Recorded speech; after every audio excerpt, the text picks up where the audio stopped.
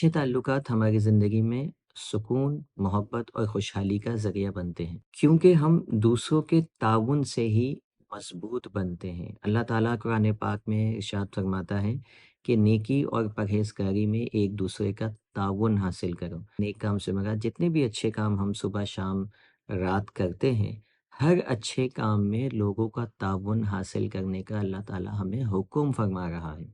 हमें ये बताया जा रहा है कि तुम्हारी ज़िंदगी ऐसी नहीं होनी चाहिए कि अपनी आप में लगे रहें, खाएँ-पिएँ और बस किसी का ताउन ना लें, ना दें। अक्सर लोगों की ज़िंदगी ऐसे गुज़र गई है ना, ख़ास तौर पे नौजवानों की ज़िंदगी गुज़र गई है, सबसे बेनियाज़ हुए हुए हैं।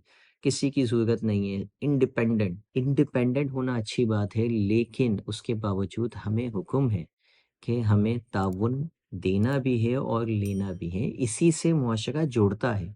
हर बंदा अगर बेनियाज़ हो जाए, हर बंदा अपने आप में मगन हो जाए तो क्या होगा?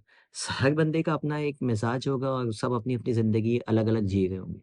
लेकिन मुआशरा तश्कील पाता है जब आपका ताउन होता है। अल्लामा इकबाल ने क्या खूब शेर कहा था, मौज है दरिया में, बेगौन दरिया कुछ नहीं।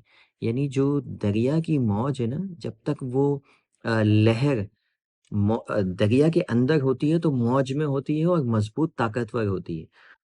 वो इतनी मज़बूत होती है कि बड़े-बड़े जहाज़ को वो उल्टा सकती है। लेकिन वही लहर जब साहिल समंदर पे दरिया से हट के साहिल समंदर पे आ जाती है, तो वो उसकी ताकत ख़त्म हो जाती है। वो फ़ना हो जाती है, वो लोगों के पैरों में आके वो ख़त्म हो जाती है।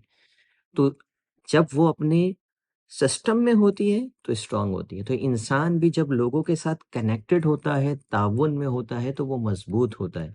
जब वो तन्हा होता है, तो फिर वो उसकी जो सलाहियतें हैं, वो ज़ाया होना शुरू हो जाती हैं।